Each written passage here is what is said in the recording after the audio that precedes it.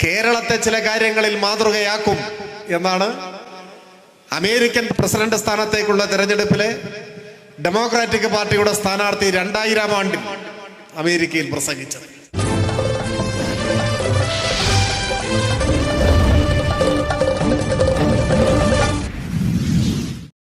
പട്ടിണി ഒരു യാഥാർത്ഥ്യമായിട്ട് നിലനിൽക്കുകയാണ്.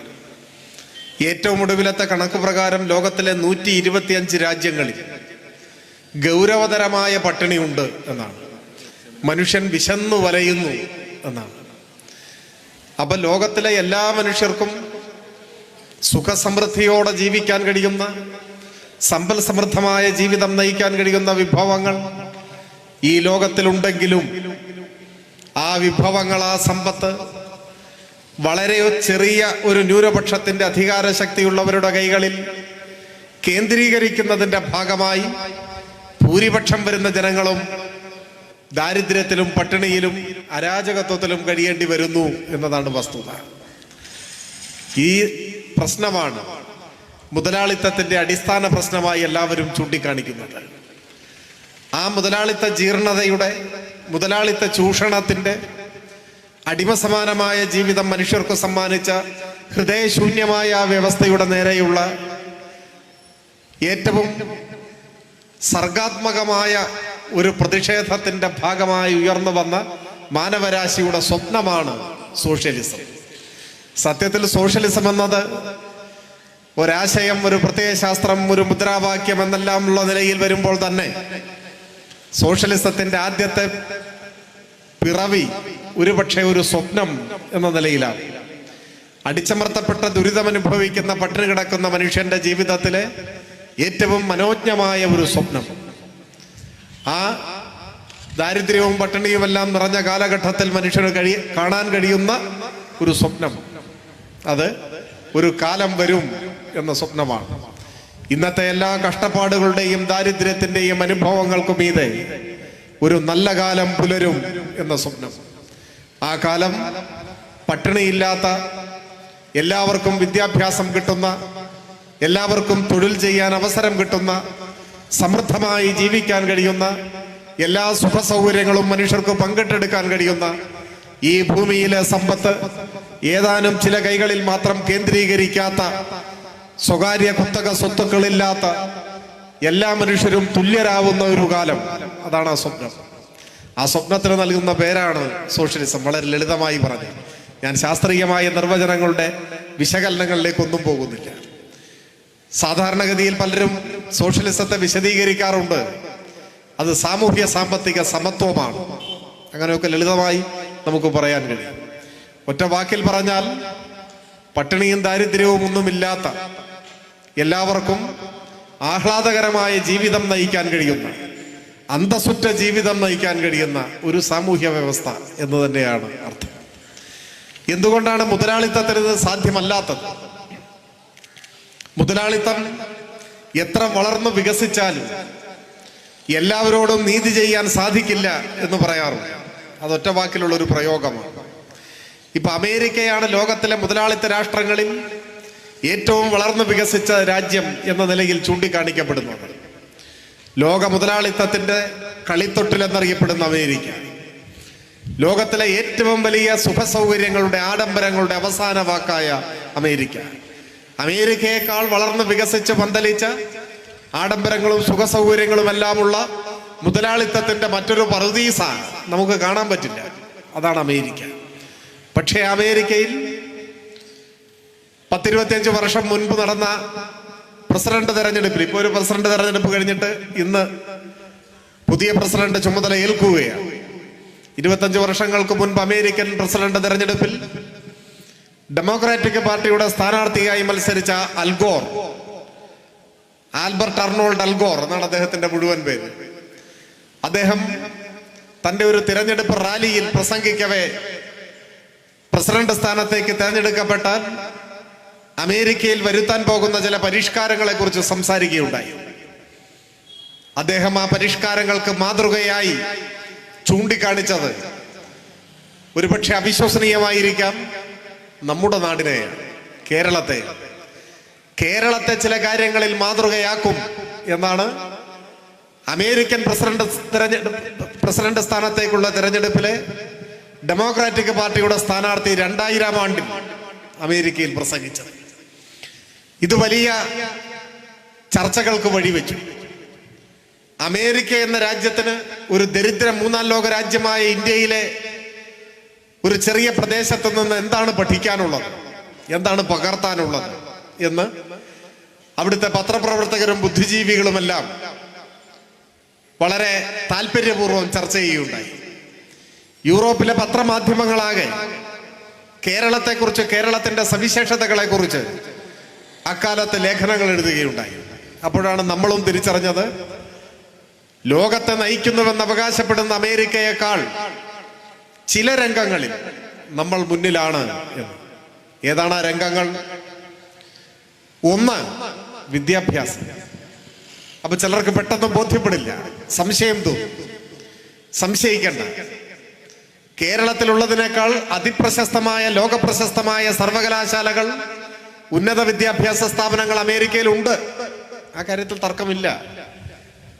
ലോകപ്രശസ്തമായ യൂണിവേഴ്സിറ്റികൾ, ലോകത്തിലെ 1-ാം കിട സർവകലാശാലകൾ, ഗവേഷണ സ്ഥാപനങ്ങൾ, വിദ്യാഭ്യാസ സ്ഥാപനങ്ങൾ, ഇതൊക്കെ അമേരിക്കയിലുണ്ട് നമ്മളെക്കാൾ. പക്ഷേ ഇവിടെ ഉള്ള ഒരു കാര്യം അമേരിക്കയിലില്ല. അത് മറ്റൊന്നുമല്ല, പ്രാഥമിക വിദ്യാഭ്യാസത്തിന്റെ ജനകീയ സ്വഭാവം. പച്ച മലയാളത്തിൽ പറഞ്ഞാൽ, എല്ലാ കുട്ടികൾക്കും പഠിക്കാൻ കഴിയുന്ന പള്ളിക്കൂടങ്ങൾ, പ്രാഥമിക വിദ്യാഭ്യാസ രംഗത്തെ ജനകീയമായ മുഖം, അത് ഇവിടെ മാത്രമേ ഉള്ളൂ, അമേരിക്കയിലില്ല. എന്ന് വെച്ചാൽ കാസർഗോഡ്, നിങ്ങളുടെ നാട് മുതൽ തിരുവനന്തപുരത്ത് പാറശാല വരെ ഈ കേരളമെന്ന 3.25 കോടിയോളം വരുന്ന മനുഷ്യർ താമസിക്കുന്ന ഭൂപ്രദേശങ്ങളിൽ എവിടെ സൂക്ഷ്മദർശിനി വെച്ച് നിങ്ങൾ പരിശോധിച്ചാലും സ്കൂളിൽ പോകാത്ത ഒരു കുട്ടിയെ കണ്ടുപിടിക്കാനാവില്ല. അതാണ് പ്രത്യേകത. സംശയമുണ്ടെങ്കിൽ ഇവിടെ നിങ്ങൾ പെരിയയിലും പരിസര പ്രദേശങ്ങളിലൊക്കെ ഒന്ന് പരിശോധിക്കുക. നിങ്ങളുടെ നാട്ടിൽ സ്കൂളിൽ പോകാത്ത ഒരു കുട്ടിയുണ്ടോ? എനിക്ക് ഉറപ്പിച്ചു പറയാൻ കഴിയും, ഉണ്ടാവില്ല. എല്ലാ കുഞ്ഞുങ്ങളും സ്കൂളിൽ പോകുന്ന ഒരു നാടാണ് നമ്മുടെ നാട്. ഇതിലെന്താണ് ഇത്ര അത്ഭുതപ്പെടാൻ എന്നായിരിക്കും നിങ്ങൾ ചിന്തിക്കുന്നത്. ഉണ്ട്, ഇങ്ങനെ ഒരു നാട് ഇവിടെ മാത്രമേ ഉള്ളൂ. ജനാധിപത്യ ഭരണക്രമമുള്ള ലോകത്തിലെ ഒരു വികസ്വര രാഷ്ട്രത്തിലും മുതലാളിത്ത വ്യവസ്ഥ പിന്തുടരുന്ന ഒരു വികസിത രാജ്യത്തും നിങ്ങൾക്കിത് കാണാൻ പറ്റില്ല. കേരളത്തിലുള്ളതിനേക്കാൾ ഏറെ നിലവാരമുള്ള, സൗകര്യങ്ങളുള്ള, ലോകപ്രശസ്തമായ സ്കൂളുകൾ അമേരിക്കയിലുണ്ട്. എന്നാൽ അമേരിക്കയിലെ എല്ലാ കുഞ്ഞുങ്ങളും പള്ളിക്കൂടങ്ങളിലേക്ക് പോകുന്നില്ല. അവിടെ സ്കൂളിലേക്കുള്ള പ്രവേശനം നിഷേധിക്കപ്പെട്ട, സ്കൂളിൽ പോകാത്ത, പാഠപുസ്തകങ്ങളുടെ, അക്ഷരങ്ങളുടെ ലോകമന്യമായ തെരുവിൽ അലയുന്ന കുഞ്ഞുങ്ങളെ, അനാഥ കുട്ടികളെ ഒക്കെ അമേരിക്കയിൽ നിങ്ങൾക്ക് കാണാൻ പറ്റും, സ്കൂളിൽ പോകാത്ത കുട്ടികൾ. എന്നാൽ കേരളത്തിൽ സ്കൂളിൽ പോകാത്ത ഒരൊറ്റ കുട്ടിയെ കാണാൻ പറ്റില്ല. 5 വയസ്സായി, ഇപ്പം 5 വയസ്സാവണ്ട, അതിന് മുൻപ് തന്നെ UKG, LKG, pre-KG ഒക്കെ. 5 വയസ്സായാൽ എന്തായാലും സ്കൂളിൽ പോയിട്ടുണ്ട്. അതെന്തുകൊണ്ടാണ് ഇങ്ങനെ സംഭവിക്കുന്നത്? ഇവിടെ പ്രാഥമിക വിദ്യാഭ്യാസം എന്ന് പറയുന്നത് സമ്പൂർണമായും സൗജന്യമാണ്. ഒരു കുഞ്ഞിനെ സ്കൂളിലേക്ക് പറഞ്ഞയച്ചാൽ ഫീസ് അടയ്ക്കേണ്ടതില്ലെന്ന് മാത്രമല്ല, ഉച്ചഭക്ഷണം സൗജന്യമായി കിട്ടും. ഇപ്പൊ പല സ്കൂളുകളിലും ബ്രേക്ക്ഫാസ്റ്റും തുടങ്ങി. ചെറിയ ക്ലാസ്സുകളിൽ പാഠപുസ്തകം സൗജന്യമായി കിട്ടും. സ്കൂൾ യൂണിഫോം, അത് തുന്നാനുള്ള തുണി തരും, തുന്നൽ കൂലി തരും. ഇങ്ങനെയൊക്കെയായി കേരളം മാറി. മുൻപ് ഇങ്ങനെ ആയിരുന്നില്ല നമ്മുടെ നാട്. 987 EMS കേരളത്തിന്റെ മുഖ്യമന്ത്രിയായി വരുമ്പോ പ്രാഥമിക വിദ്യാഭ്യാസ രംഗം ഇന്ന് കാണുന്നത് പോലെ ആയിരുന്നില്ല. കുറച്ച് വർഷങ്ങൾക്ക് മുൻപ് PK ശാരംഗപാണിയുടെ ആത്മകഥ പുറത്തിറങ്ങുകയുണ്ടായി. PK ശാരംഗപാണി എന്ന് പറഞ്ഞാൽ ഇവിടെ ഇരിക്കുന്ന പഴയ തലമുറയിൽപ്പെട്ടവർ ഒരുപക്ഷെ ഓർമ്മിക്കുന്നുണ്ടാവും. ഒരു കാലത്ത് മലയാള ചലച്ചിത്രവേദിയെ ഉള്ളം കൈയിലിട്ട് അമ്മാനമാടിയ വടക്കൻ പാട്ട് സിനിമകളുടെ എല്ലാം തിരക്കഥാകൃത്തായിരുന്നു PK ശാരംഗപാണി. കടത്തനാട്ട് മാക്കം, കടത്തനാട്ട് പാലാട്ട്, കുഞ്ഞിക്കണ്ണൻ, ഉണ്ണിയാർച്ച, തുമ്പോലാർച്ച എന്ന് വേണ്ട ഇമാതിരിയുള്ള 32ഓളം വരുന്ന വടക്കൻ മലബാറിലെ ഐതിഹ്യങ്ങളെ, ചരിത്രത്തെയൊക്കെ കോർത്തിണക്കിയുള്ള സിനിമകളുടെ തിരക്കഥാകൃത്തായിരുന്നു അദ്ദേഹം. ഒന്നുകൂടി വ്യക്തമായി മനസ്സിലാവണമെങ്കിൽ, നമ്മുടെ വേദികളിൽ ഇപ്പോഴും ആവേശത്തിന്റെ തിരയൊടുങ്ങാത്ത കടലിരമ്പം സൃഷ്ടിക്കുന്ന വിപ്ലവ ഗായിക PK മേദിനിയുടെ സഹോദരനായിരുന്നു PK ശാരംഗപാണി. അദ്ദേഹം ജീവിച്ചിരിപ്പില്ല. കുറച്ച് വർഷങ്ങൾക്ക് മുമ്പ് അദ്ദേഹം മരിച്ചു. അദ്ദേഹത്തിന്റെ ആത്മകഥയിലെ ഒരു ഭാഗം ഇങ്ങനെയാണ്: 5ാം ക്ലാസ്സിലേക്ക് ജയിച്ചതിന് ശേഷം എനിക്ക് സ്കൂൾ വിദ്യാഭ്യാസം തുടരാൻ കഴിഞ്ഞില്ല. അതിന്റെ കാരണം അദ്ദേഹം തുടർന്ന് എഴുതുന്നു: അക്കാലത്ത് ഒരു കുട്ടി 5ാം ക്ലാസ്സിലേക്ക് ജയിച്ചാൽ പ്രതിമാസം 2 രൂപ ഫീസ് കൊടുക്കണമായിരുന്നു. 2 രൂപ മാസം ഫീസ് കൊടുക്കാനുള്ള സാമ്പത്തിക സ്ഥിതി എൻ്റെ കുടുംബത്തിനുണ്ടായിരുന്നില്ല. അതുകൊണ്ട് 5ാം ക്ലാസ്സിലേക്ക് ജയിച്ചപ്പോൾ എനിക്ക് പഠനം നിർത്തേണ്ടി വന്നു എന്നാണ്. അന്നത്തെ 2 രൂപയാണ്, 957 മുമ്പുള്ള 2 രൂപയാണ്. ഇന്നത്തെ എത്ര ആയിരം രൂപയായിരിക്കും? അതായിരുന്നു കേരളം. പാവപ്പെട്ടവരുടെ, സാധാരണക്കാരുടെ, കർഷക തൊഴിലാളികളുടെ ഒന്നും കുഞ്ഞുങ്ങൾ അന്ന് 4ാം ക്ലാസ്സിനപ്പുറം സ്കൂളിൽ പോകുമായിരുന്നില്ല. 57-ലെ EMS ഗവൺമെന്റിലാണ് വിദ്യാഭ്യാസ മന്ത്രിയായിരുന്ന ജോസഫ് മുണ്ടശ്ശേരിയുടെ കാലത്ത് ഏറ്റവും വിപ്ലവകരമായ തീരുമാനം കൈക്കൊണ്ടതിലൊന്ന് 7ാം തരം വരെ ഫീസ് കൊടുക്കാതെ പഠിക്കാൻ എല്ലാ കുട്ടികൾക്കും അവകാശമുണ്ട്. ആ തീരുമാനമായിരുന്നു. കേരളത്തിലെ തൊഴിലാളി കുടുംബങ്ങളിലെ കുട്ടികൾക്ക് 5ാം ക്ലാസ്സിൽ വെച്ച് 4ാം ക്ലാസ്സിൽ വെച്ച് പഠനം അവസാനിക്കുമായിരുന്നുവെങ്കിൽ ഈ പരിഷ്കാരത്തെ തുടർന്ന് 7ാം തരം വരെ പഠിക്കാം എന്ന നിലപാട്. പിന്നീട് വിമോചന സമരം നടക്കുന്നു. EMS ഗവൺമെന്റിനെ പിരിച്ചുവിടുന്നു. പിന്നീട് EMS മുഖ്യമന്ത്രിയായ ഒരു ഗവൺമെന്റ് അധികാരത്തിൽ വരുന്നത് ഒരു ദശാബ്ദത്തിന് ശേഷം 1967-ലാണ്. ആ ഗവൺമെന്റ് അധികാരത്തിൽ വന്നപ്പോഴാണ് 10ാം ക്ലാസ് വരെ ഫീസ് കൊടുക്കേണ്ടതില്ല എന്ന തീരുമാനം കൈക്കൊണ്ടു. അങ്ങനെയാണ് കേരളത്തിൽ ആദ്യമായി പാവപ്പെട്ടവന്റെ, ദരിദ്രന്റെ വീട്ടിലെ കുട്ടി 10ാം ക്ലാസ് പരീക്ഷ പാസ്സാകുന്ന അവസരം ഉണ്ടായി, സാഹചര്യം ഉണ്ടായി. ആദ്യമായി 10ാം തരം പാസ്സാകുന്ന പാവപ്പെട്ട കുടുംബങ്ങളിലെ കുട്ടികൾ അവർ സമർത്ഥരായി വീണ്ടും പഠിച്ചു. ഇപ്പോ കേരളത്തിലെ ഏത് ഗ്രാമത്തിൽ നിങ്ങൾ നോക്കിയാലും അവിടെ സാധാരണ കുടുംബത്തിൽ നിന്നും പഠിച്ചു വളർന്നു വന്ന ഒരു അധ്യാപകനെ, ഒരു ഡോക്ടറെ, ഒരു എഞ്ചിനീയറെ, സിവിൽ സർവീസ് ഉദ്യോഗം വഹിക്കുന്നവരെ ഒക്കെ നമുക്ക് കാണാൻ പറ്റും. ഇത് കേരളത്തിന്റെ മാത്രം പ്രത്യേകതയാണ്.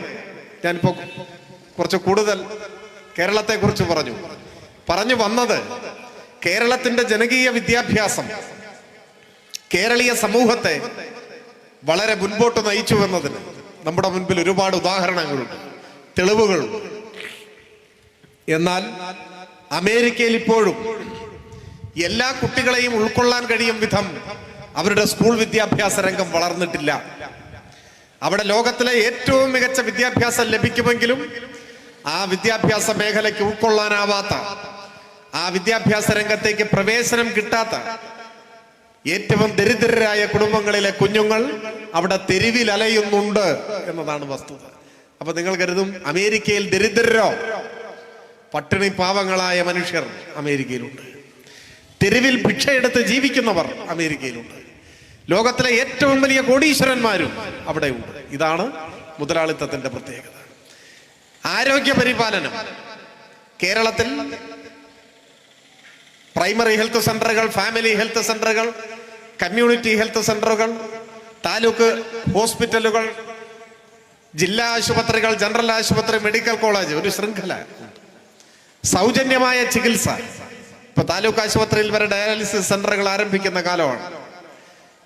ഈ നിലയിൽ സമ്പൂർണമായും സാധാരണക്കാരന്റെ ചികിത്സാ ചെലവുകൾ സർക്കാർ ഏറ്റെടുക്കുന്ന സംവിധാനം മുതലാളിത്തത്തിന്റെ ഭാഗമായി നമുക്ക് കാണാൻ പറ്റില്ല. പറഞ്ഞു വന്നത്, ഈ ചില കാര്യങ്ങളിൽ ലോകത്തിലെ ഏറ്റവും പ്രബലമായ മുതലാളിത്ത രാജ്യങ്ങളെക്കാൾ മുന്നിലാണ് കേരളം എന്ന വസ്തുതയാണ് 2000-ലെ അൽഗോറിന്റെ പ്രസംഗത്തോടെ പാശ്ചാത്യ ലോകം ശരിയായി തിരിച്ചറിഞ്ഞത്. ഇതാണ് മുതലാളിത്തവും സോഷ്യലിസവും തമ്മിലുള്ള വ്യത്യാസം. അപ്പൊ കേരളത്തിൽ സോഷ്യലിസമാണെന്ന് ചോദിച്ചാൽ അല്ല. പക്ഷേ സോഷ്യലിസ്റ്റ് ആശയങ്ങളോട് ആഭിമുഖ്യമുള്ള നാം കേരളത്തിൽ അധികാരം കിട്ടിയ കാലത്ത് ഏറ്റവും സാധാരണക്കാരായ മനുഷ്യരുടെ ക്ഷേമത്തെ മുൻനിർത്തി കൈക്കൊണ്ട ചില തീരുമാനങ്ങൾ കേരളത്തെ ലോകത്തിന്റെ നെറുകയിലേക്ക് നയിക്കുന്നതിൽ വലിയ പങ്ക് വഹിച്ചു എന്ന് സൂചിപ്പിക്കാൻ വേണ്ടി മാത്രമാണ് ഞാൻ ഇക്കാര്യം സൂചിപ്പിച്ചത്.